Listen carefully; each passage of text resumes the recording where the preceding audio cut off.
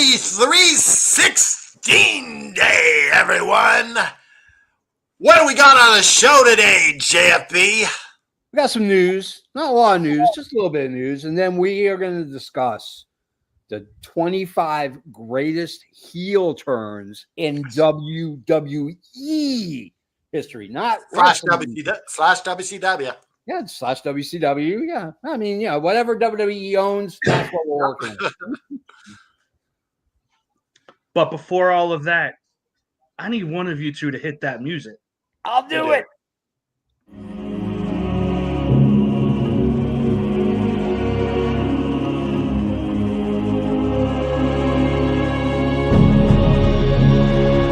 We're clear for takeoff. That's all systems go. Need that AFW logo up. Stat. You're watching the AFW Network. Good morning, afternoon, if I don't see you till later. Keep my supper warm. I am, of course, your chief shenanigans officer. On top of many other things, I am the JFB, James from Boston. And I am, of course, your Canadian hero. We are indeed clear for takeoff. I'm that gingered up, bubbly son of a bitch. I'm the patron saint of professional wrestling. I'm Canada Evan Dry, damn it. Yeah, he is. There he is. Yeah. Let's talk to this guy down below. Introduce yourself to the people out there in internet land. Good morning, everybody. It's me. It's the EVP. Here on a beautiful, kind of rainy Sunday afternoon. But how are we doing today, We're gentlemen? doing good. I wanna before we get into everything, I want to go ahead and offer a service to all my Canadian friends out there. Despite the fact that the orange puff is terrifying the hell out of everybody, a recent news article came across the board about Canada taking American whiskeys off of shelves and sending them back. So if you're in Canada and you like Jack Daniels, I live in Tennessee. They give this shit away for free. In fact, when you move to the state of Tennessee, they offer you a welcoming kit. It's a country music album and a big, huge bottle of Jack Daniels. So if you need Jack Daniels, you call me. I will send it to you post haste. So this whole terror shenanigans is over with. All right, anyways. Well, the thing about AFW is we are Canadian. We are American as well. We don't sing one particular song. We sing them all because we got people international. We got UK. There's no tariffs here, guys. No tariffs. We're one big happy family. Americans, Canadians, and Brits, and we've got some people from India sometimes. It's crazy. We're humans. All of us are human. That's the thing we neglect to understand, and sometimes neglect to associate with, is that we are all human beings in this world, bouncing around in this big blue marble, otherwise known as Earth. All right, let's get started by going into the news.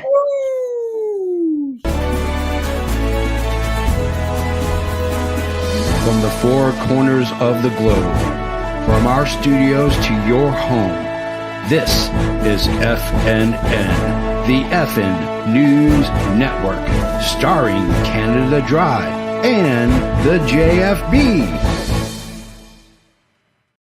Did you guys watch Collision last night? I did. Yes. Yeah. So Swerve comes up, cuts this killer promo, and he gets attacked by John Moxley. Yeah. John Moxley attacks his leg and then does the stomp on what's already a busted eardrum. Kayfabe, I'm assuming. And so then he takes off, and he doesn't even address what he just did to Swerve. Yeah. He then talks about his match with Adam Copeland. So it seems like John Moxley's got enemies surrounding him on all It's like sides. the walls are closing in on him. Yeah. It's like the scene from Star Wars where they're in the trash compactor and the walls are closing in. That's what it's like. That's what it's like. So you know who else is in the news? And something I will not send to you in Canada. Hulk Hogan is in the news. He left an When event. isn't he in the news? Yeah, this is shocking. Like I was thinking about this the other day. So he left this was an autograph signing? No, it was a meet and greet for his. It was a meet and greet while he's promoting his beer company. So did people pay for that service? Yeah. Yeah, it gave you the opportunity to buy the beer and then have a photo op and a meet and greet with Hogan, who leaves early. Hawking, so he leaves early, neglects Hawking. I'm not a huge beer guy, but I do love a good beer. And Hulk Hogan's beer, I would rather drink dirty bathwater than to drink Hulk Hogan's beer. It is. Have you tasted this? Yes. You've tasted it. Yeah. I bought a 6-pack. This was on sale. And It's I'm like, too bad you didn't try it on the show to give us a review. I will never drink it again. That stuff tastes straight out like horse piss. But yeah, so Hogan left thousands of people looking to meet the real American hero, Hulk Hogan. And unfortunately, he decided to leave early. No reasons. He just left early. He was bored. He was bored sitting there talking to the fans, and some people were crying. At least some kids were crying because they were excited. Yeah. I gotta call into question why parents are letting kids these days idolize Hogan.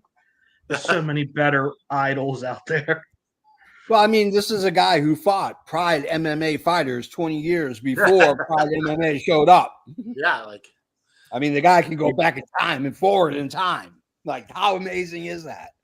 Nothing stops Hulkamania, brother. Not even time itself. Time and space is irrelevant here, brother. Speaking of Pride, I don't know if this is on your list, so sorry if I'm stealing your thunder if you've already talked about it. But have you guys know that TKO and Saudi Arabia are in agreement for a new boxing league? Yeah, they announced it on SmackDown, right? Another thing regarding TKO is that they are looking, possibly with their ESPN deal, UFC going to Netflix. Oh, makes sense. It's possible. I wouldn't mind that. ESPN deal running low. I wouldn't mind that at all. I'm not a huge UFC guy. I haven't watched it. I mean, when guys like Chuck Liddell and I haven't. That's when I stopped watching. I honestly, I really lost interest in the UFC when the Ultimate Fighter became more of a reality show. Yeah. Than an actual talent show, which was season 2. Yep. So, yeah, the first season was awesome. I loved watching that first season. But then, as much as I love Chuck Liddell and as much as I love Rampage Jackson, him and Tito on that show, just over the top theatrics. I was like, we got in news on this Hogan thing. So Tiffany says, my friend John told me his experience about meeting Hogan last week. You traveled 2 hours to see him. Jeez. I didn't get to. More of the story, don't pay to meet Hogan. He ain't worth it. Yeah. Yeah. Well, you know what else is interesting? An autograph when you meet him in public, regardless. He doesn't sign an autograph.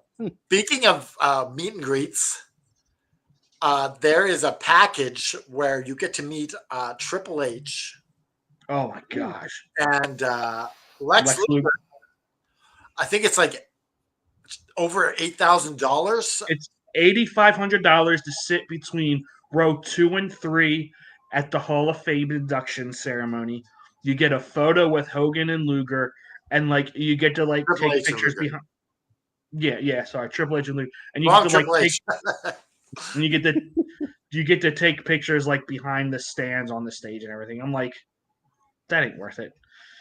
No, $8,500. Someone is gonna. People are gonna buy this. Oh, absolutely. People have money in their pockets burning a hole, and they will pay it. I'm sure Green Shirt Guy will be there. It's interesting. Like, wrestling fans are crazy. Yeah. Like, we're crazy. I'm not, but I would do it. But some people will. I mean, it's no different than your crazy. Like you said, you collect Coke products. There's people out there who shed out serious bucks for Coke memorabilia. So yeah, it's insane. How many of you guys watched SmackDown last night or Friday night? Yeah. I was not home. I did not.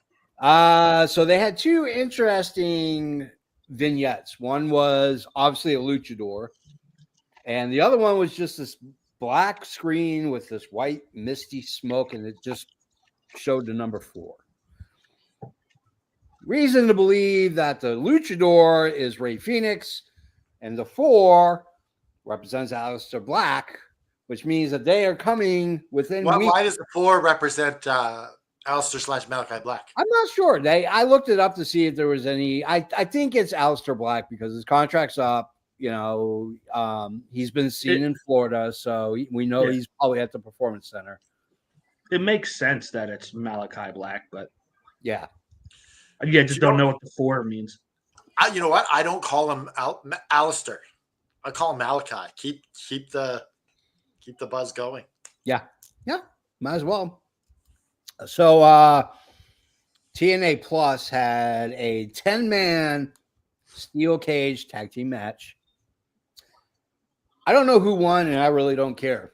What is interesting is that the majority of the match, Mustafa Ali wrestled with a dislocated jaw. Ooh, wow. So, you win, Mustafa Ali. I don't care. Kudos to Mustafa for fighting through that pain. Jeez. So WWE is pitching more ideas consistently to get Becky Lynch back in the ring. Are we past the point where we care whether or not she shows up? Are we past that point? I think right now, yeah, because we're literally like a month out from Mania. There's no need to rush her back. I'm sure at some point it'll be good to have her back. She's a name and she has drawing power. Like, for fans, she draws. So like, where do you put her in a Mania match? Don't. Like, so I just you have time to do it, but will it be meaningful enough? No. But I think if you have her run in and cost Charlotte Flair the match, or cost what's her face, the Rhea Ripley, her match, that's a good way. I think it's probably more of Rhea, because I think she's going to be on Raw since her husband's on Raw. They're really in the business of keeping couples together. Yeah. Aren't they still doing the battle royals for men and women under Mania? They might do it on SmackDown since it's 3 hours long. Yeah. Oh, I hate that they do that. But they put the Andre the Giant Memorial Battle Royal on SmackDown. Oh, I mean, they've done it the last couple years, so I don't see why they wouldn't. Yeah. So who's got 4 hours on their hands? Anybody out there? You got 4 hours to just I'm sure I do. Got 4 hours on your hands. I'm not throwing it in the garbage. WWE posted the entire Bloodline storyline on YouTube. It clocks in at over 4 hours. 4 hours, 7 minutes, and 38 seconds. Now, is this part 1, part 2, part 3, or is it just like the whole thing? One shebang. Yep. This should be interesting. I'm not watching. I know the story. Yeah, I mean, it's not like it was 20 years ago. It's still kind of going on a little bit. Yes. All right, our final thing on the news, Lillian Garcia. Everybody was excited for her to come back. She was the announcer on SmackDown. She is leaving. She is no longer the full-time. So she still do Saturday's Main Event, apparently? I think she'll do that, probably WrestleMania. That's what she said. She was at least doing Saturday night's Main Event. Yeah. So there we go. Lillian Garcia. All right, that's our news. And now it's time to get into the into the gritty. It's time for the main event.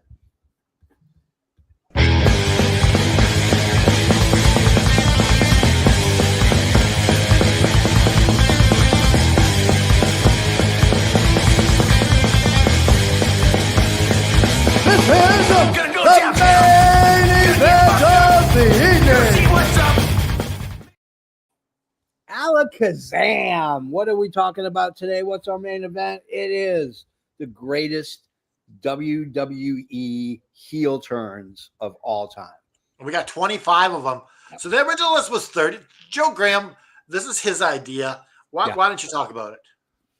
So the WWE a few days ago, a week or two ago, came out with a really crap top 25 heel turns in WWE. It was 30, but I shortened this one to 25. Well, either way, the list was pretty pathetic. It was a very strong recency bias, and it just.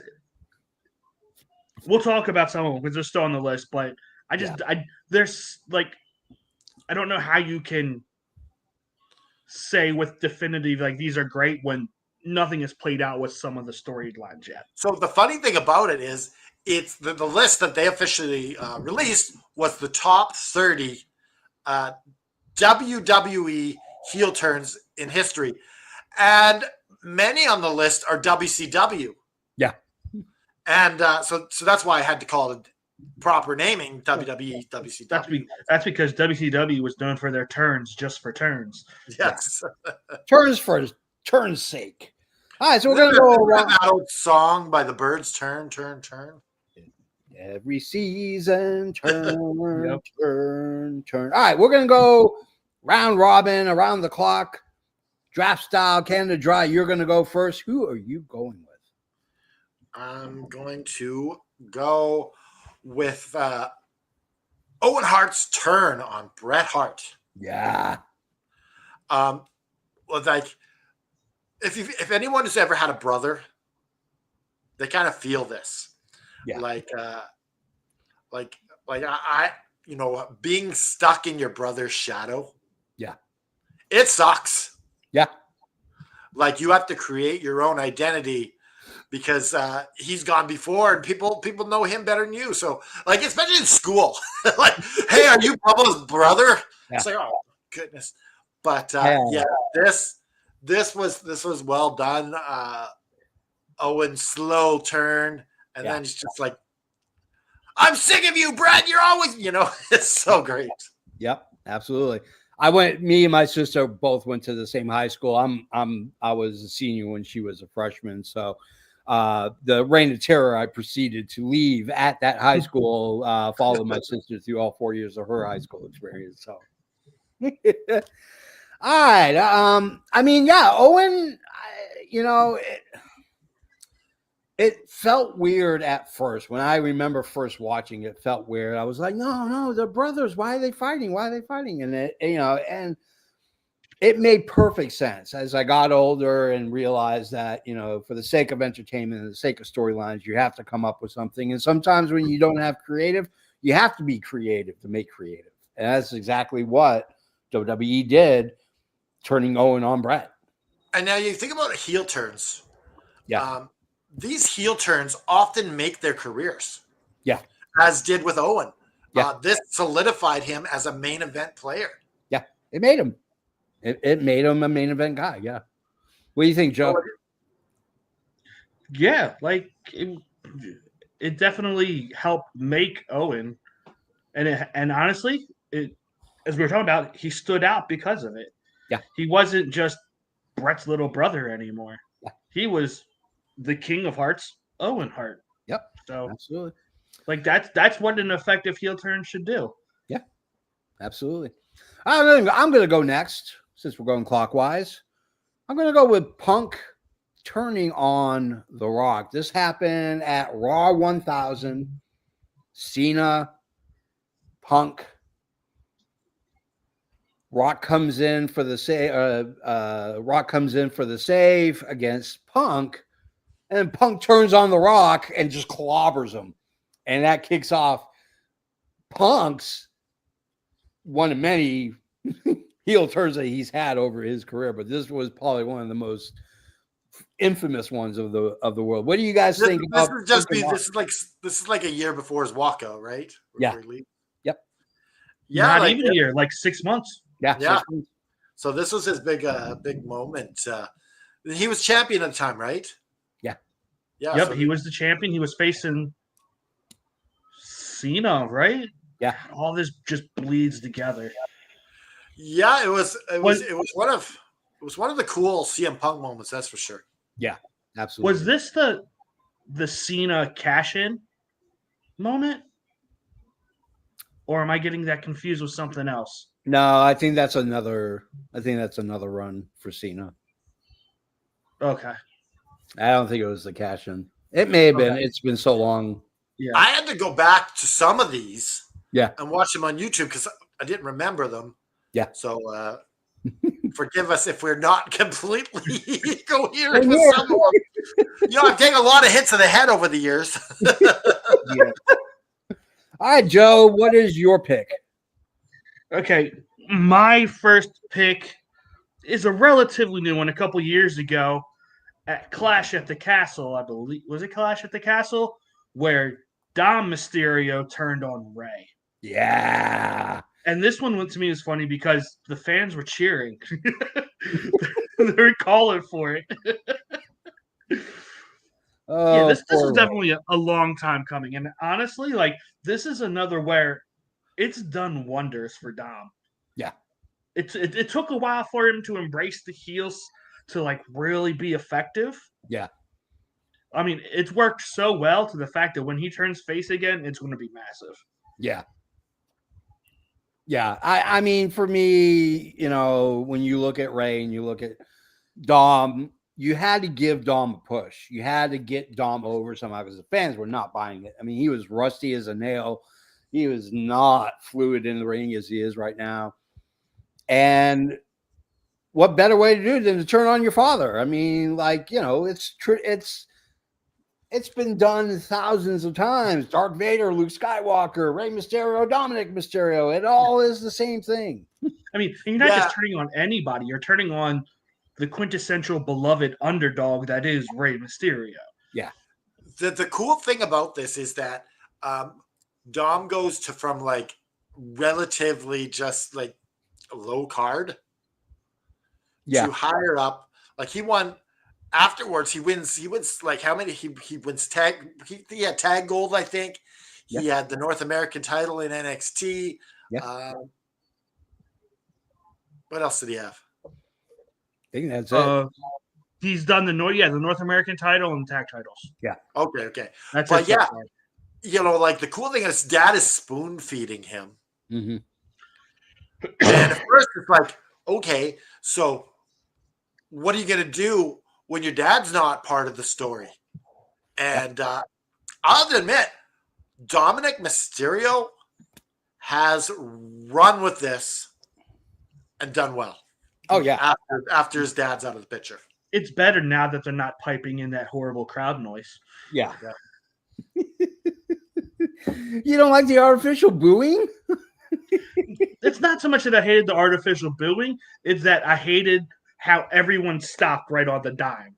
Yeah. Like, that's not how 15,000 people are going to operate. It doesn't just all stop together. Woo! Now, Owen Hartfeld says this is the best turn in modern history. I'd say current. Yeah. It's up there. It's up there. But this is why we're on the list. This is we have the list. This is number 22. Yeah, it's your turn.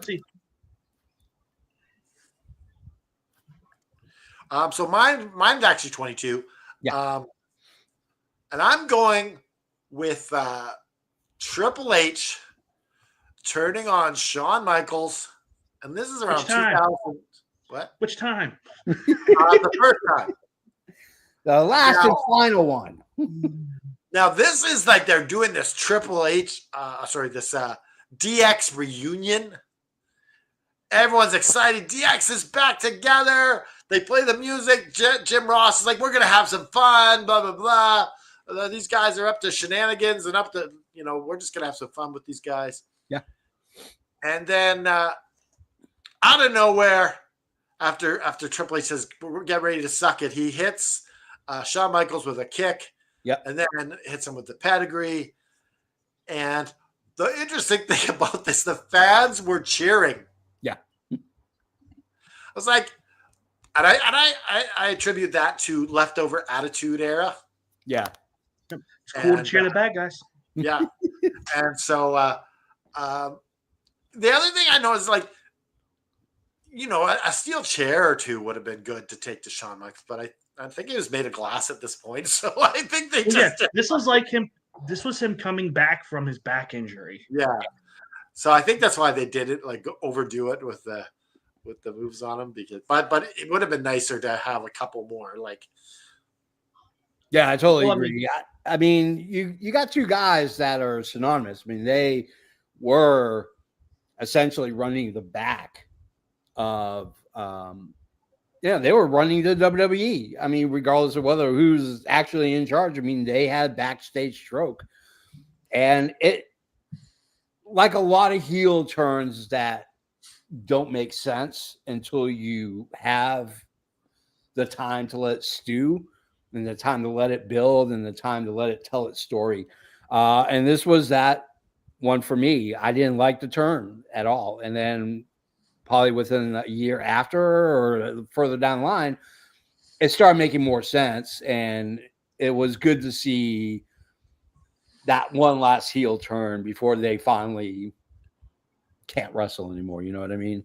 but then after that, all the other DX runs together were horrible. Atrocious. Yeah. Yeah. No, I mean, but they weren't for us. Yeah. By that time, they were not for us. So. Yeah. They were for themselves. Remember the last DX run where they're like, they didn't have Billy a part of it? Oh, yeah. I forgot about that. All right. Is it my turn? Yes, All this is 21, by the way. So we're going to go with this happened in 2004. It was basically Jericho and Trish Stratus. Trish being in Jericho's corner, fighting against Christian. And Christian's manhandling her. Jericho jumps in to protect her. And then she turns on Jericho. Was so precise and so brilliant. You just did not see it coming. Out of the blue, it just wailed on you. What do you guys think about Trish turning on Chris Jericho? I love this. I love the whole angle leading up to this. The love between two Canadian icons of Trish Stratus and Chris Jericho. They did this whole thing with the Looney on the show. The only problem I have with this whole thing is Christian and Stratus never really stayed together after that as part of a wrestling angle. No, they didn't. So it kind of fell flat after. Yeah. Is this the heel turn that it's just not committing to it? Okay. Is this the heel turn that turned from the whole bet in the backstage area? Yeah. About who could win Trish? Yeah. Well, he was trying to go for Lita. Yeah. While he was going for Trish. They were butts. Yep. And she beat the hell out of Jericho, too. I mean, I distinctly remember her just wailing on Jericho. And man, those slaps were vicious. Oh, yeah. Yeah, they didn't really have a... And then Christian and Trish walk up to the top of the stage and just start nasty making out like they always do in wrestling. But yeah, it didn't really have the payoff for Jericho in the end. It was kind of like... Yeah. All right. Let's go to Joe. What's your pick, Joe? Okay. So in honor of your son. Yep. So next one is 2020, and it's Roman Reigns finally turning heel. Yeah. I think it was absolutely shocking for one, because if you remember, this was coming off him coming back saying, "I'm Joe in Hawaii and I have cancer," which made him, they could have made him the ultimate baby face. Yep. And it basically was. He there was no dry eyes. You had the rest of the Shield come out and embrace him and hug him, and that's the lasting image we get. Yeah. Just for him to come back and then a week later align with Paul Heyman and win the title. Yeah. It's very shocking. I think, once again, my only criticism for this is that no one was really made out of Roman Reigns turning heel. Roman Like, was. even now, what? Roman was. I mean, Roman was already made, though. It just No, ascended him. but here's my thoughts on this. They were pushing Roman down our throats as a face, and it wasn't working. He was getting boos.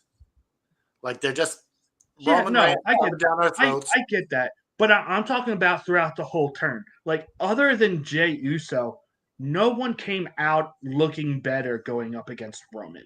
Yeah. Nobody. Yeah. So, I mean, like, I think that's my biggest thing with this. You have this massive multi-year story, and you're really no better off. Well, you are better off in one respect, and that's Roman Reigns becomes a megastar. Like, Yeah. I mean, yeah, but he's still a heel. He's not. You can't tell me he's a face right now. The man's never apologized. He still tries to manipulate he's more of a people. tweener right now. Yeah. He'll eventually turn face, full face. It'll happen probably at WrestleMania when we'll get the full face turn. And I'll say this: he's more face than Punk or Seth. Yeah. Yeah, I feel like at the moment we just have three tweeners fight facing each other at Yeah, Mania. the tweener battle, the battle for the tweener championship. All right, so we got Roman Reigns. I mean, it created the Bloodline storyline, which you can watch on YouTube. 4 hours and 7 minutes. It was good to see Roman come in, and in the transition to him becoming a heel felt more natural than trying to push the face on us all the time. Noob makes a good point. Let's not forget we were part of a pandemic 5 years ago. That's true. That's true. All right. Canada Dry, it's your turn. 25, 24, 23, 22. So this is 19. Yep. And 19, I'm going with the People's Champ, The Rock, turning on the people. Yeah. And joining Vince McMahon and the corporation. Yep. That was what? Survivor Series 99? Yep. 98, 99? Yep. Yeah, like this was this was big at the time. Yeah. Yeah. Because the people were so behind. Like he had just proceeded to build his character from Die Rocky Die and took the Nation of Domination to like epic places. Yep. And coins the catchphrase, "Can you smell the Rock is cooking?" And everyone's just like, everyone loves him. Yeah. And I say like that this turn actually helped him even more. I think it's what put him over as a main eventer and a future Hall of Famer was exactly that. I think he could have probably done without it and still been big. Yeah. But you kind of. But the best thing is this was the one night tournament for the vacant WWF title as well. So that's why absolutely no one saw this coming. Yeah. Yeah. I mean, for Rock to become, I mean, he wasn't just a heel, he was villainous. When you side with Vince McMahon, you become a villain. You don't become a bad guy. You're a villain. You become the lose. All right, let me go. This leads us to your thing. Yeah. KO Jericho. The friendship between these two guys and the inevitability and what led up to KO turning on Jericho was brilliant. I mean, it was just absolutely brilliant. Essentially what happens is, these two guys are having this festival of friendship for months. And this is during the time when Jericho had his list.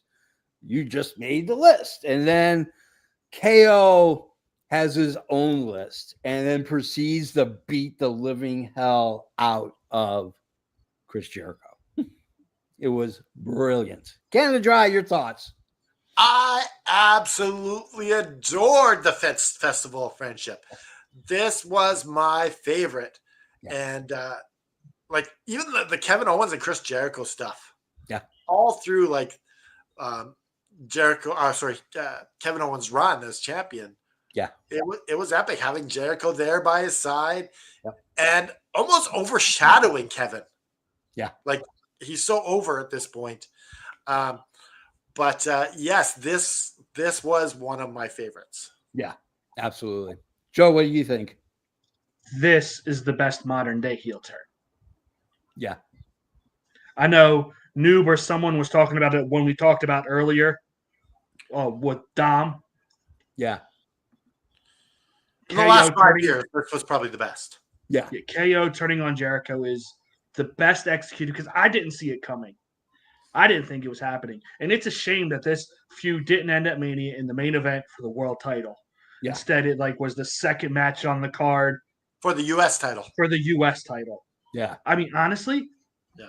This match right here, this program, fully believe this is why we have AEW. Because Jericho has gone on record and said, after this, I knew I was leaving because Vince didn't care about me.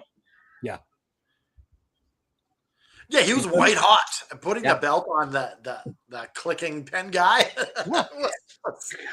I loved the list of Jericho. Like he was just so quick-witted, and it was just like he was as good as like Rock was in his heyday of just coming up with one-liners and things to say on the spot. Yep. And like Chins McGee when talking to what's his face. I can't even think of his name, but he was like Styles' lackey at the time. I forget his name. The guy who was with Carmella, right? Yeah. I forget his name too. I forget his name. Yeah. I just know him as Chins McGee because he had no chin. Yeah. Oh, James Ellsworth. Yes, Ellsworth. That's it. Yeah. I remember Jericho. What in the hell is that? Yeah. He's like. And Ellsworth was like, what? So this is what I meant. Was Joe's selection here? Yeah. Okay, so my next one, honestly, may be the most important heel turn ever. Yeah. Looking at the history of wrestling, and that is Vince McMahon turning heel and the birth of the Mr. McMahon character on Bret Hart. Yep. Montreal Screwjob, baby. Everyone knows the story. It's been done a million times. But I don't think we've, at least not on this channel, really ever talked about the effect that the Mr. McMahon character has. Yeah. Like, because you don't have your Austins, you don't have your Rocks, you don't have your main event players in the WWE without this Mr. McMahon character. So. Yeah. I mean, it's Bret screwed Bret. I mean, that's how you got to look in a mirror and know it.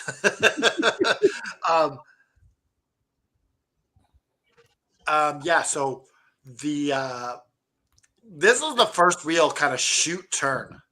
Yeah. Because like the story goes that even afterwards, like you think he would have left. But Bret's steaming. He's in the shower, and Vince McMahon is waiting for him. And British Bulldog he's kind of just eating popcorn watching this. Yeah. And he's like, Vince McMahon's waiting for me. He just like and Bret gets out naked, and he's like, I'm gonna give you the time to put on. When I put on my clothes, you better be gone. Yeah. And he's slowly putting his clothes back on. And Vince is still there. Yep. I will say, for as horrible as a person Vince McMahon is, he does get some kudos for taking it on the chin, literally, what's coming to him. Yeah. Well, no, because the whole idea was to lock up, and then everyone was going to jump on Bret to separate them. Yeah. And the whole idea was, Vince McMahon stood up to big bad Bret Hart, but Bret kind of saw this coming, and he's like, I got to hit an uppercut, or this isn't going to work. Yeah, I mean, and apparently he hit the best uppercut in the history of shoot fighting. Not to next week. Yeah, and Vince McMahon was on TV that following Black Monday eye. was Steiner with a black eye from Brett. You see him coming out of Brett's dressing room when the Wrestling with Shadows video. Yeah. And he's just like. You've seen Tweety Birds. I mean, you can't have WWE's without Vince McMahon. I mean, regardless of the personal shit that he has done to people over the decades that he has run WWE, that character solidified the Attitude Era. It was the stake in the ground that put up the tent of the Attitude Era. And I kind of think that's what Vince was known for. Yeah. Is turning chicken shit into chicken soup. Yep. Like, or as we say he here, just got punched out by salad. Bret Hart. And he's like, well, why can't I do this as a character? Yeah, exactly. All right. I think, is it my turn? Yeah. No, it's Canada Dry's turn. Yeah, it's Canada's Dry's turn. So staying with the Vince McMahon deal. Yep. Stone Cold joins Vince McMahon. Mm-hmm. So this was surprising because Stone Cold was peak popularity here. Yep. And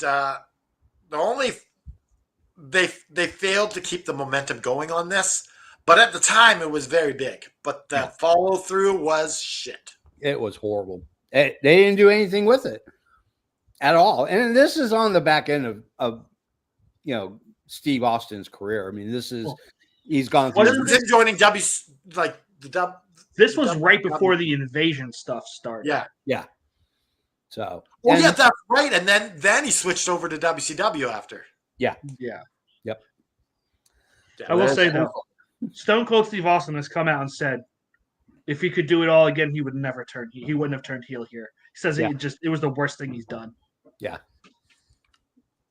I mean, in all honesty, it was not a good move. But I mean, it's the back end of the career for Stone Cold. He was dealing with injuries and a bad neck, bad knees. So, look, for as bad as it was, his backstage skits were gold. Him in that little sheriff hat that he, him and was it Angle sitting there singing Jimmy Crack Corn and all that good stuff. All right, so I'm going to go next. This relatively new happened 2024 or 2025, actually. The New Day, Kofi Kingston, and Xavier Woods turn on Big E. Despite the fact that Big E really can't wrestle anymore, as he's dealing with a neck injury, they turn on him anyways. It didn't make a lot of sense. We saw it coming. I mean, if it was written any bigger on the wall, you'd see it from space. We knew New Day was eventually going to turn heel. We didn't know that they were going to turn heel on Big E. We just thought Big E would just jump in and say it was all right. Well, the cool thing about this one was everyone thought they were turning on each other, and it was going to be Kofi Kingston being the face and Xavier being the heel. Yep. But instead they both turn. Yep. Gotta love it. I love the New Day as heels. Yeah, I do too. I mean, they were heels when they first started, kind of. But I like this more dark and vicious attitude, if you will, of this New Day than the previous one. It's okay that they turned heel. Yeah. It's just they shouldn't have did the 6 months leading up to it. It was bad. Yeah. You sit there and you tease this slow burn turn between Kofi and Xavier, only for them to both turn heel. And then 4 days later, they had the same conclusion to the same kind of story with DIY. Yeah. It was bad storytelling. Yeah. It should have been this should have led to a Xavier Woods singles push. Have him just go out there and destroy Kofi. Yep. I've been on record. Xavier is the most underutilized of the three guys, and he's probably the best wrestler out of all three of them. Yep. I think you're right on that. I think he is probably the best wrestler of the three. Yep. I'll take that. All right, Canada Dry. I believe it's your No, turn. it's my turn. Oh, yes. Oh, it's your turn. closer. So the next one, this is probably the oldest heel turn on this list, but it's Paul Orndorff turning on Hulk Hogan. Mhm. Was it Mania 1 in the tag match, right? No, it wasn't Mania. It No, was it was- a Superstars of Wrestling. Yeah. So yeah, it's Orndorff and Hogan versus Andre and Roddy Piper. Yeah. Hogan No. and I Orndorff. believe it was it the Moondogs? Or no, it was who was it? Shit, I don't remember. I think he either wrestled way. the Moondogs the week before. I looked it up and it says it was Andre and Roddy Piper. But either way, Yeah. 'Cause, yeah, Andre wasn't heel yet at this point. yeah, Orndorff and Hogan win the tag match. They're celebrating, and Orndorff is holding up Hogan's arm, and he just waylays him with a clothesline. Yeah. Yeah. I mean, Raise like, the hand, knock him down. I was born in July of '85, so this happened, I think, before I was born. Yeah. So I don't know much about it. I just know this is definitely a symptom of let's feed all the heels to Hogan. Oh no, we're out. What are we doing? Yeah. I mean, this is back in the day in the 80s where if Vince didn't have a convincing heel to go against Hogan in big matches, he would create them out of nowhere. You know, he turned. Well, let's turn him heel. Yeah. I mean, because the problem you ran into is when Vince decided to run the WWE and buy it from his dad, his goal was he wanted a heel and a face that they could build the company on. And that was Roddy Piper and Hulk Hogan. The problem with Hogan is Hulkamania exploded and you had nobody to stick him in there. And so a lot of WrestleManias, your first 10 WrestleManias that Hogan main evented were not that good. Big Boss Man was horrible. King Kong Bundy was not very good WrestleMania. I mean, he had trouble because they didn't have a stable of heels. This time, Roddy Piper's not even in the company. He's already left. So you have to go do that They Live stuff. Yeah. So you don't know. Yeah. So that's the problem is when you don't have a heel for your babyface to fight, you have to turn a babyface. And Orndorff was a tough one because again, this is a guy on the back end of his career. You know, he's doing more stuff backstage than he is in the ring. You know, he's been wrestling for 20 plus years at that point already. And so it was completely unexpected. Nobody saw it coming. If anybody thought you're lying, if you were like, "Oh, I saw it coming my way," you're a liar. That's all I got. This was the first one on national TV. Yeah. Yes. Yeah. And that's why it's so big because Hogan's there at his peak of his popularity, and he gets beat up by. Me and my sisters were watching, and they weren't even wrestling fans, and they were shocked. And they're like, my sister goes, "If Hulk Hogan was fresh, he would have kicked his ass." But Hulk Hogan's there, and he's doing like the funky chicken. It was great. Yeah. It's childhood memories. Yeah. What do you think, Joe? I already gave my thoughts on it. Okay. Let's go to Canada Dry. You're next, my friend. I'm gonna go with this recent turn of KO on Sammy. Yeah. Like, and the only reason I'm picking this one because they turned before and they had the turns before. They turn all the time. Yeah, but I don't think they can do it again. Yeah, like you can't run this back over and over again. So I think this is the final time. And they had a hell of a match at the last pay-per-view. Yeah, it was good. I mean, these guys have been wrestling together as friends for well over 15 years. The problem you run into what that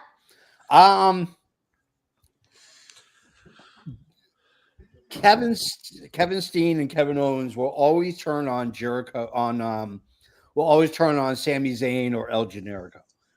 Like a broken clock is right twice a day. Did did Sami Zayn turn on Kevin ever? Or has it always been Kevin?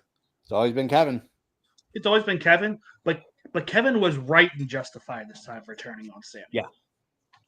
Really? Yeah. You're a villain.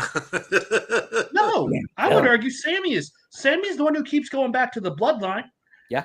Sami is the one who backs the bloodline, who has screwed this over this whole company, and yet he's brainwashed to keep going back for that validation.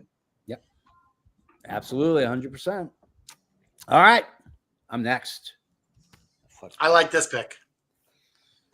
Jake the Snake Roberts turns the Ultimate Warrior.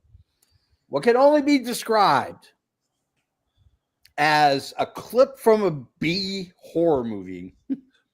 Jake the Snake, who for some reason started becoming friends with the Ultimate Warrior, which made no sense because Jake the Snake Roberts has always been a heel, has never been a face. Well, this was his face run at this point. This was his face run. Yeah, it wasn't really a true face run. I mean, he did have some shenanigans here and there, but he brings the Ultimate Warrior into this room, and then a cobra bites the Ultimate Warrior on the arm, and they can't do the storyline because Warrior leaves.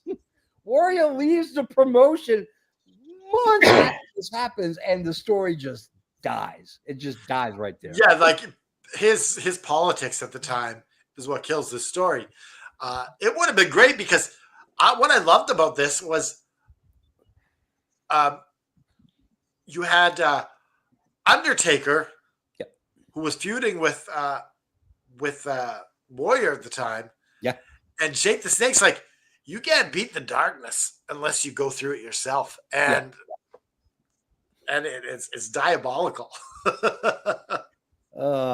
This Cobra. Yeah, I definitely think the whole Jake and Taker stuff is better for coming out of this than what we would have got between Jake and Warrior, honestly. Yep. I still want to know where it was going. Yeah. Who knows?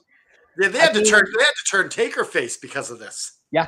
Yep. I mean, they had to reshuffle a lot of shit because of Warrior.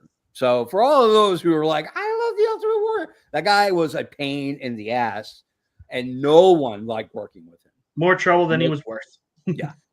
Yeah, Jake the Snake had to ask permission to, like Vince said, I want to put you with Warrior, but there's only one thing. Yeah. You have to ask his permission.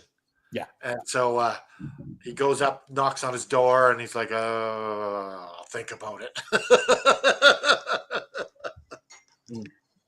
I love it. All right, who's next? Okay, up next is another, for me, classic, because it's something just like KO and Sami, they're destined to do this forever. Yep. Eddie Guerrero turning on Rey Mysterio. It's just, these two guys work so well together, and Eddie is always just that slimy greaseball, just knew how to get under your skin. Yep.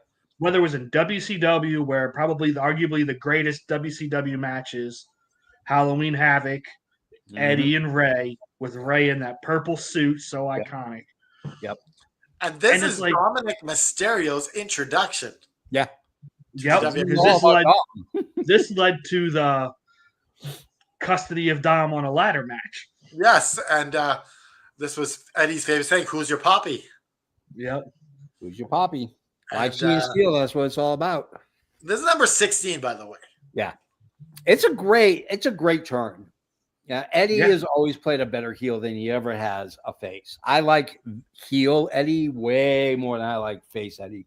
Face Eddie. I agree with that, but I did love the Latino Heat Eddie as a face with China. I thought that was classic. Yeah, yeah. He had some decent face runs, but he was way better as a heel than he ever was as a face. So, who's next? I am. No, Canada Dry. It's me. Yeah. It's EVP. No, just kidding. Gimmick infringement. So my selection is the Mega Powers Explode. Yeah. And this is like a year in the making. This was like the original long-term storytelling story. Yep. Yeah. So we're their best friends, the Mega Powers. No one can stop the Mega Powers. Yeah. They're the Mega Faces. Except And- the love of a lady. Yeah. Love of And, a lady. And then Tale as old as time. what I like about this is the slow cracks that they teased Yeah. before the dam breaks. It's this look. What are you looking at Elizabeth for that way? Just this quick little look by Randy Savage at Hogan. Like, what the heck is going on here? Just little teases.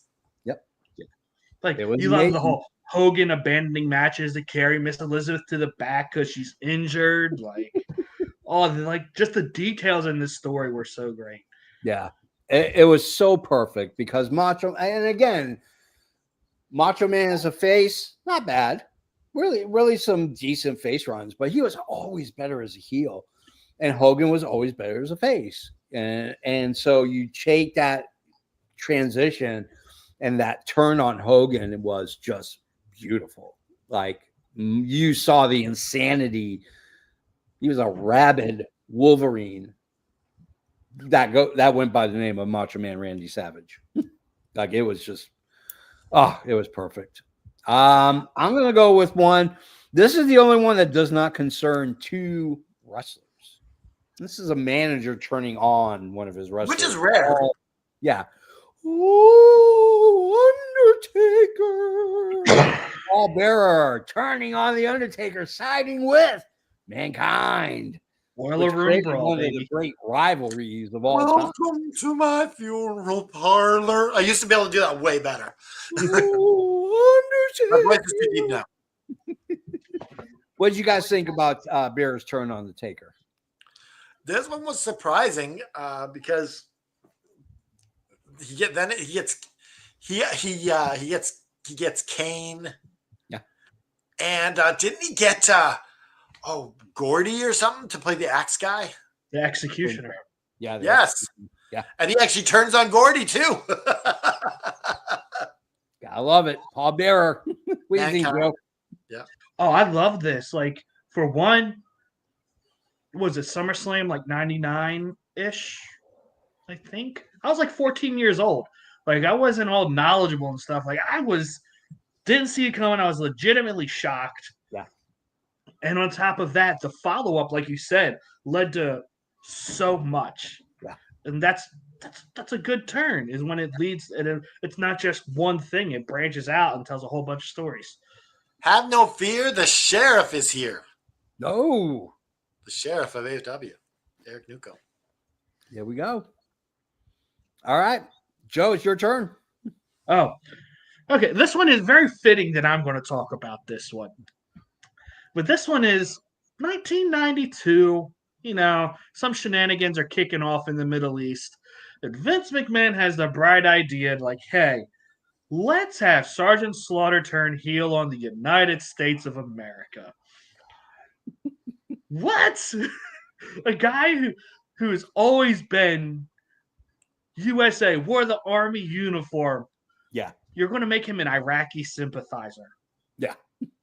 Like, so bad that they got bomb threats. They had to move venues. Like, it was such, like, it worked. It got a reaction. Yeah. Just probably too realistic of a reaction than what they wanted. When you have to evacuate a building because you turn Sergeant Slaughter heel, you know you did the right thing. Yeah. Like he's a G.I. Joe character, for Pete's sake. Right? Yeah. Who He is did always the supposed to G.I. be. Joe commercials. Yeah, like, he is the embodiment of truth in the American way, and threw it all away. Yep. And then and then they had to walk it back later on Yeah. in a promo. I want my country back. No, too late. You turncoat. Yeah, right? Treason. He's our modern day Benedict Arnold. Yes. There were kids in the crowd crying. There were old ladies throwing shit at Sergeant Slaughter. everything this guy, and this is, and here's the thing, and this is the small-mindedness of Vince McMahon, and also the grandiose viewing of the world of Vince McMahon. This is not the only time he's turned someone as a foreign sympathizer. He did it with Hacksaw Jim Duggan too. I mean, I remember Hacksaw Jim Duggan cutting a promo behind, and the Canadian flag is behind him. Now, this is WCW, to be fair. That was WCW. It was WCW, but Hacksaw Jim Duggan as a Canadian was ridiculous. Yeah.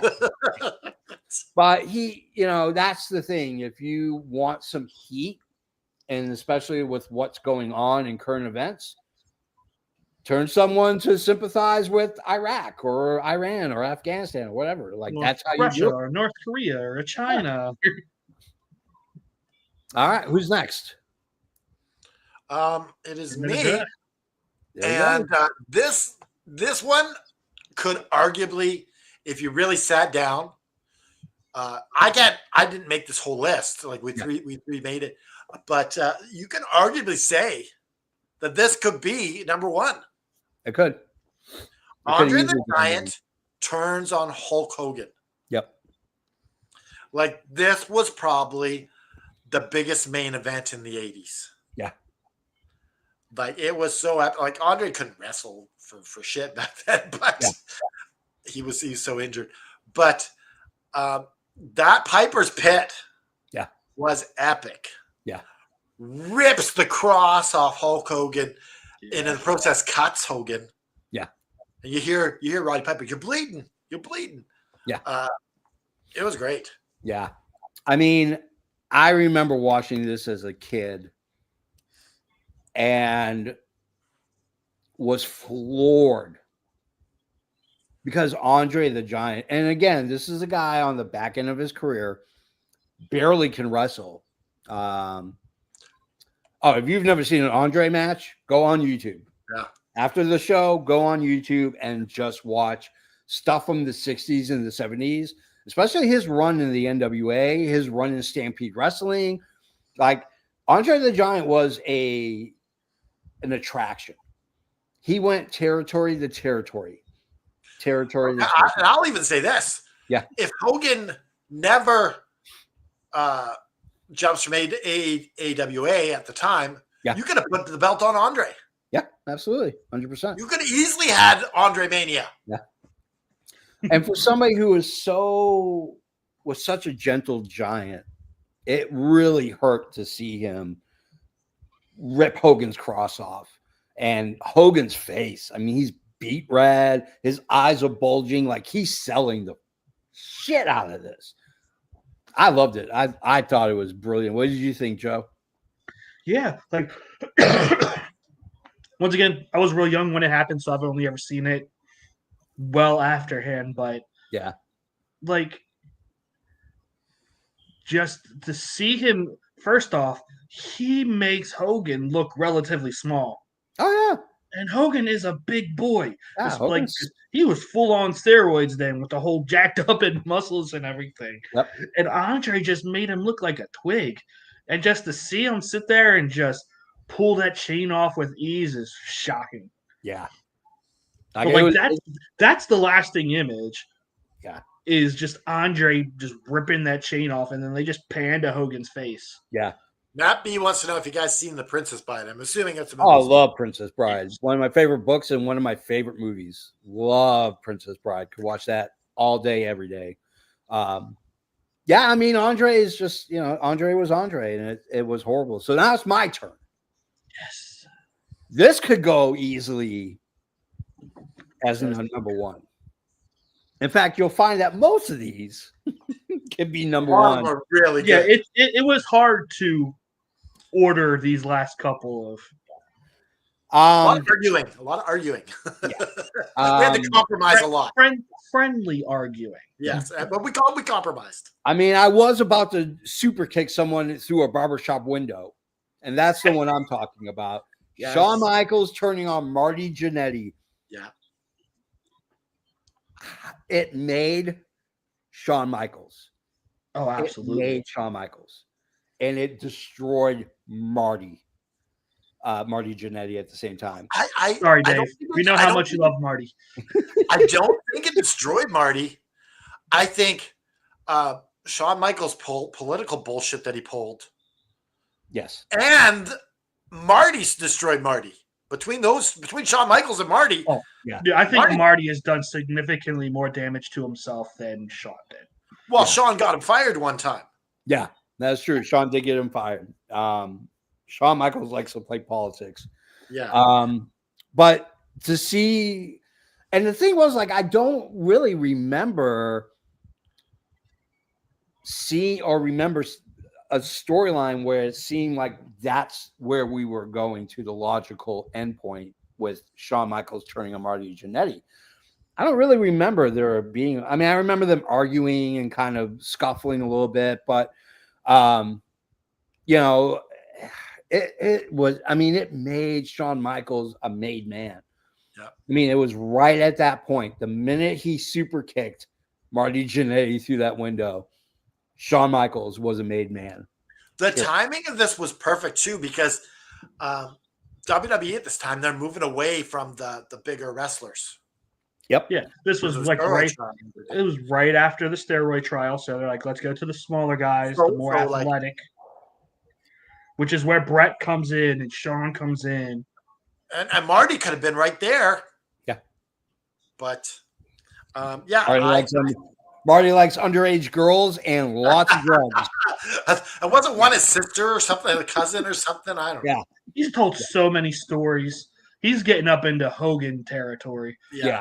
All right. I will say, hold on. I will say, my favorite thing about this is Bobby the Brain on commentary. Yeah.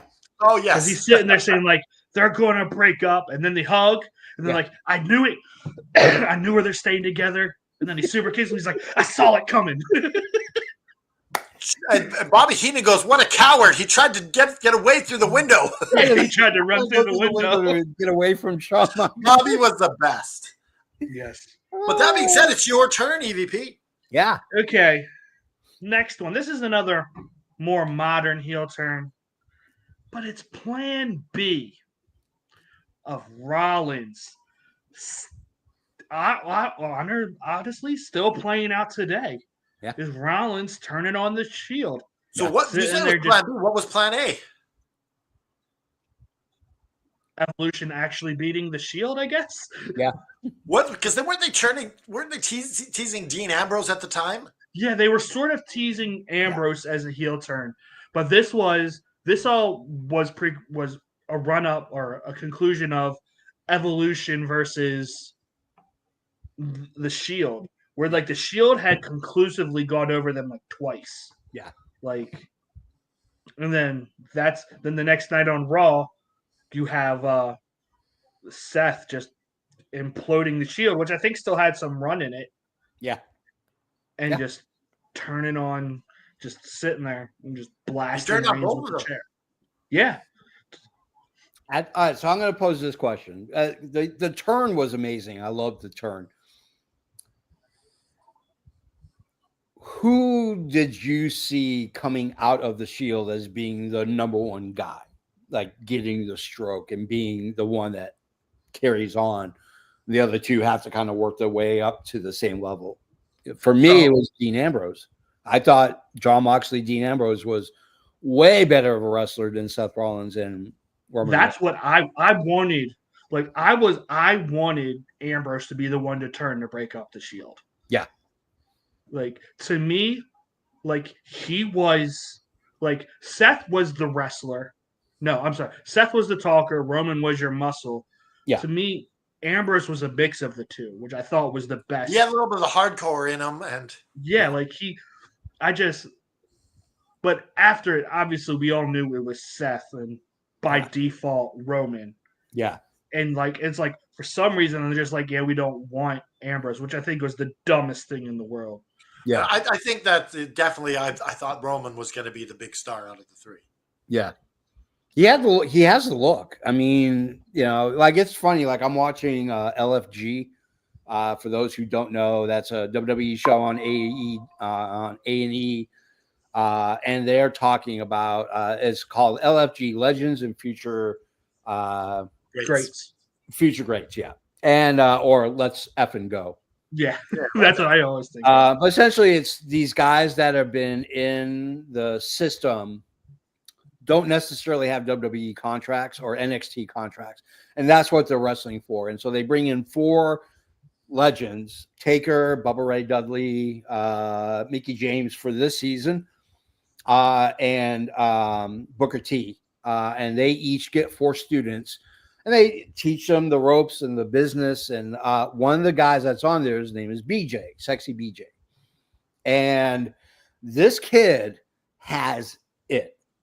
He's a good-looking guy, talks well on the mic, works well in the ring.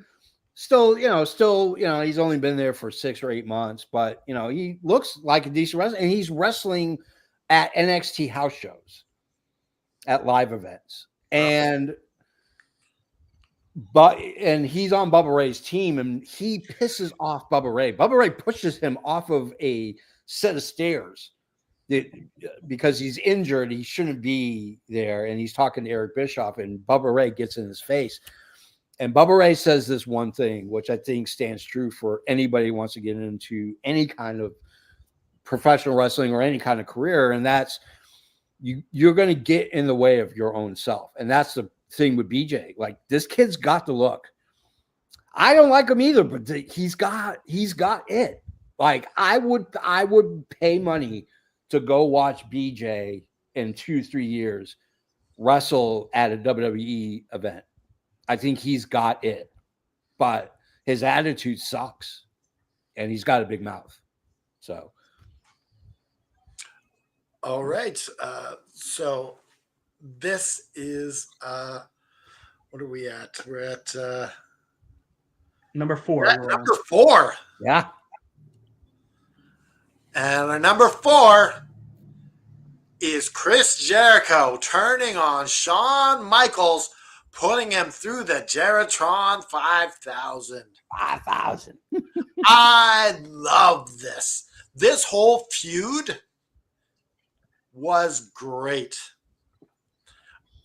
This is like, if we're doing a feud show, this is on my list. Yeah. It's one of the best feuds. Yeah. This turn was amazing. Everything about it. Loved it. It was amazing. I think the only thing that would have made it better and maybe made it number 1 is if it was a younger guy and it wasn't Jericho. And it's kind of a passing of the torch, because Jericho exists in this weird middle where he comes in at the midpoint of the Attitude Era, and goes through the PG era before he leaves for AEW. He's in this weird space between the PG era and the Attitude Era. And I think the problem was Jericho didn't need the rub. Jericho was over already. I mean, the guy was a world champion by the time this happened. But watching Jericho essentially taking the torch from Shawn Michaels through force by putting him through a television, like, that's pretty awesome. Not just that, also giving Shawn Michaels' wife a black eye. Yeah. Yeah.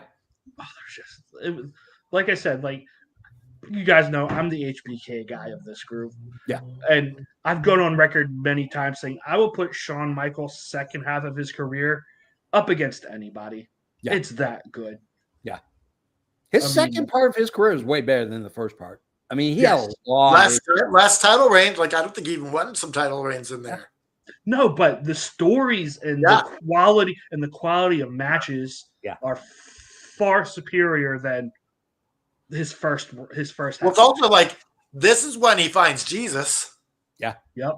And his ego isn't leading the way where he's trying to be the top guy, and he's able to just kind of. Yeah, because for the most part, he loses almost all of his major stories. Yeah. But they're good. If you look at his second half of his career, 2 WrestleManias against the Taker. Mm-hmm. You had the Jericho feud. You had the Ric Flair match where he says, I love you before he super kicked him to hell. I mean, The Angle WrestleMania match. Oh, God. The aforementioned Triple H match at Yep. SummerSlam, the no holds barred match. Yep.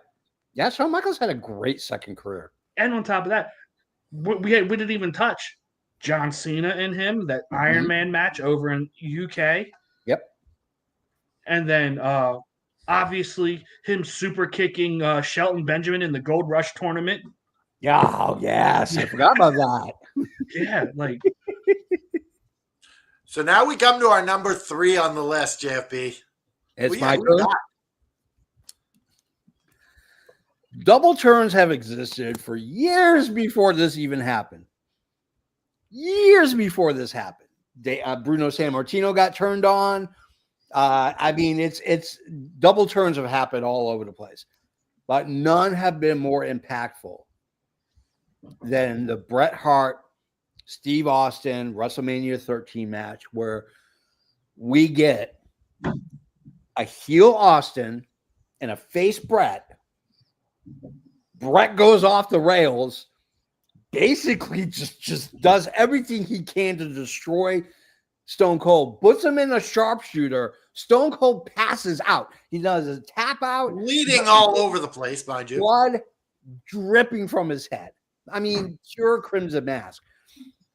It made Stone Cold, it made Bret, because Bret went anti-American after that. I mean, Bret just bought into this and said, you want me to do this? All right, I'm going for it. And he went for it. I mean, he went crazy for it. One of the best runs of Bret Hart's career is that last run in WWE where he goes anti-American and he goes anti-everything. That was the best Bret Hart. Oh, yeah. People say that Bret wasn't good on the mic. Yeah. And this is what I tell him. I said, look at 97. Bret was gold on the mic. Yeah. I feel like sometimes when you're babyface, yeah, there's only so much you can do. Yeah. Like creatively, it's about being a heel. Like you can say whatever the hell you want and piss people off. It's fun. It would be fun. Oh my goodness. Yeah. But yeah, this was great. It made Austin. It made Bret. Yeah. It was great. Yeah. I learned a long time ago. I was working on a film and I became friends with the writer. The writer was on set. And, this is back in very early days of my career as a filmmaker. And I asked him, what makes a good script? You have to have a great villain. You have to have a great antagonist. It doesn't matter. Superman, Captain America, the guy with you have to have a great villain because a villain has no rules. Okay, Kate. Ayaka is trolling us here. Like, look at this bullshit. Like, she knows. She knows very well Bret Hart's Canadian. Like, come on, Ayaka. Stop being a troll. Oh, God. I thought Hart wasn't there. What do you think, EVP Joe? Which one are we on again? I'm sorry. Oh, the double turn. Yeah. Yeah. Yeah, like, once again, happened when I was young, so I didn't have the knowledge. So I was definitely anti-Bret. I was American, so I was like, screw you, Bret. Team Austin all the way, of course. Oh, yeah, he must have made you so mad. Oh, absolutely. Yeah. But, yeah, like, that double turn, like, once again, just that pull of, like, that Crimson Mask. Like, that was the first, like, real proper Crimson Mask I remember. Yeah. Now, there's other great ones, like Flair always did a great Crimson Mask. Yeah. But, like, just sitting there watching him pass out. He didn't tap out. He didn't quit. And you have Shamrock as the referee reluctantly calling for the bell. Yep. Like, it was just everything about it was so great. Yeah. Now, not everyone knows this, but there wasn't supposed to be any blood in that match. Yeah. And Bret says we need blood in this match. Yeah. It added to it. Absolutely. And Stone Cold wasn't high enough in the chain yet. Yeah. And Bret's like, don't worry, I'll take the fall on this. Yeah. And obviously they loved it. So Yeah. the timing was perfect. Yeah. The blood was just exclamation point. Yes, Angle yes, that if you will. amazing sense. Yeah, it was perfect. All right, let's go to EVP Joe. Okay, number 2. This is where some argument came in, and I conceded. I'm going to put this at number 2 with a massive asterisk next to it. Yeah. But it is John Cena turning on Cody Rhodes. And I only give this an asterisk because we don't know the outcome. The shock of the turn was great. It's like I wanted to see it. It's just where are we going from here? Like what I think the follow-up is absolutely crucial for this. Yeah. That's why I think it's a little too high on the list. But like I said, we're all grown-ass adults and we compromised. Yeah. It is probably one of the more shocking modern heel turns at this point. And I say this because Cena has been a heel before. This isn't new territory for John Cena. A lot of people seem to wax over this, like, oh, Cena can't be a good heel. He was a great heel. When Cena first came out. Oh, yeah, rapping and shit. That was great. He was a great heel. And I think the stuff he said about Orlando Jordan and The Undertaker. Yeah. And you know what's going to happen? He's going to beat Cody to get the belt. And then he's going to turn At least face. he better.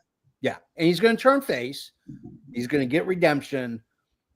And that's how he walks out of his career. And I think it's perfect. I think it's, I mean, I was more, it was a holy shit moment for me because I was expecting it to be Cody. On shock value alone, yeah, I think this is great. But to kind of reiterate, add to Joe's little argument, it's the very tail end of Cena's career. Yeah. He's got like finite time. Yeah. 10 months? You're telling me 10 months of your career you're going to do a heel run? Yeah. This would have been way better 5 years ago. Yeah. Yep.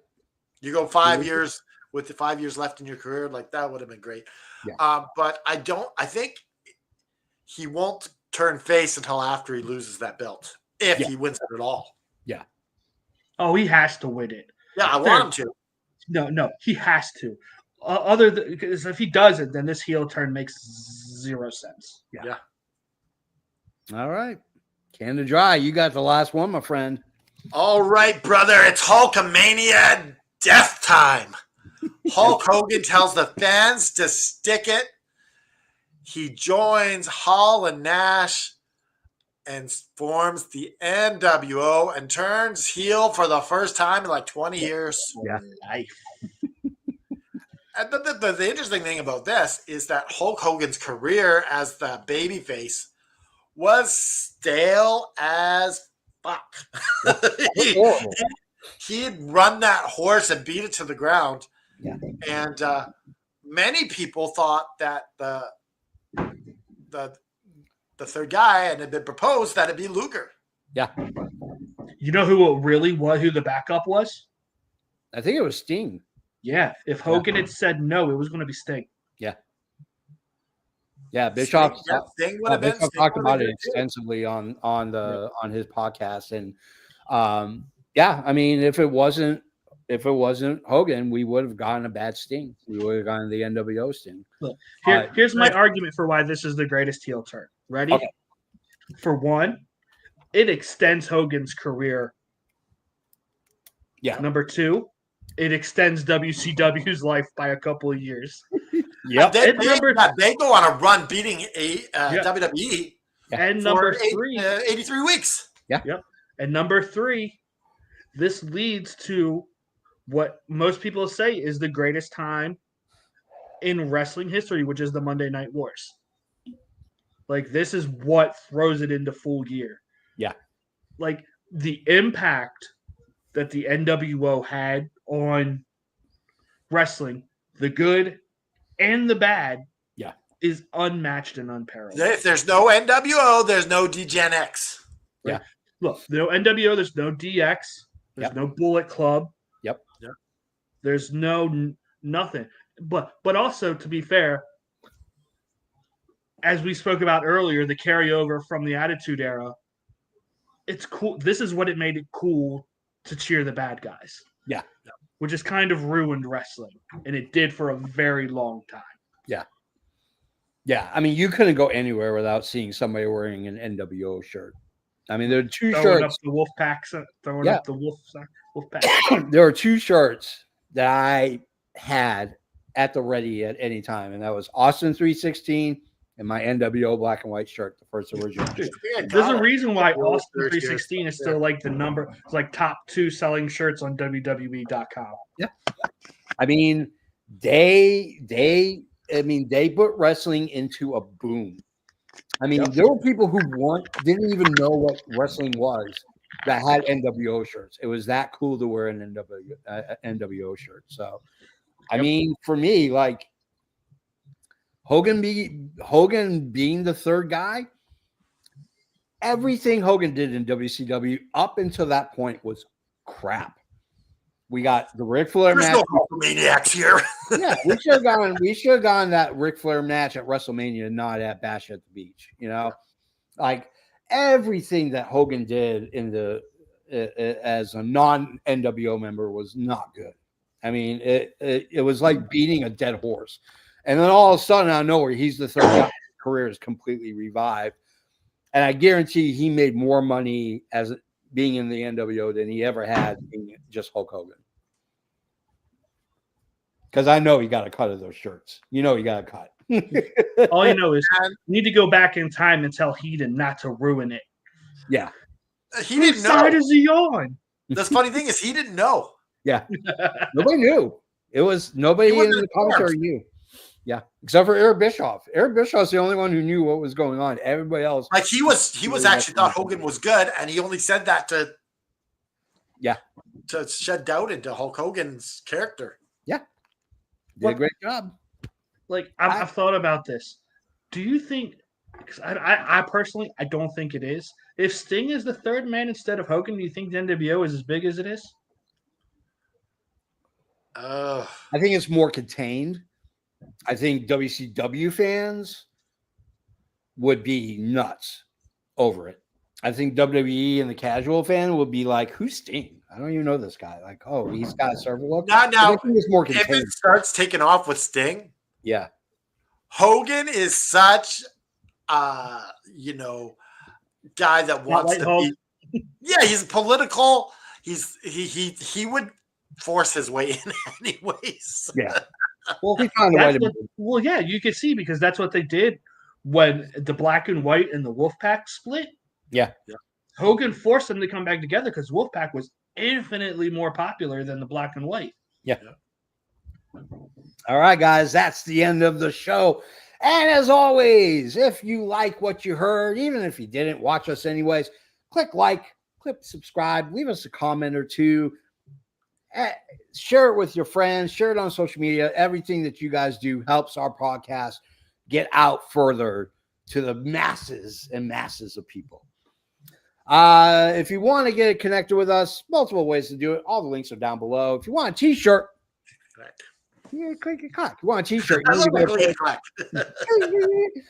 t-shirt, you need to go to prowrestlingtees.com/effing wrestling. The Just Keep Fighting shirt is one of multitudes, if you will, of t-shirts that we have available.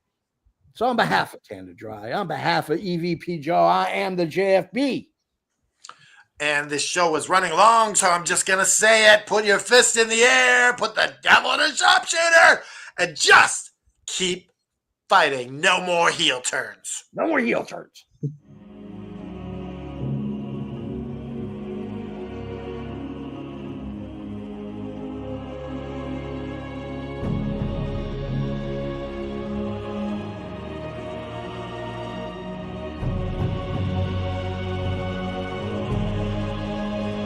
Thanks for tuning in. This has been Tony Schiavone for the All Fan Wrestling Network. Tony Schiavone.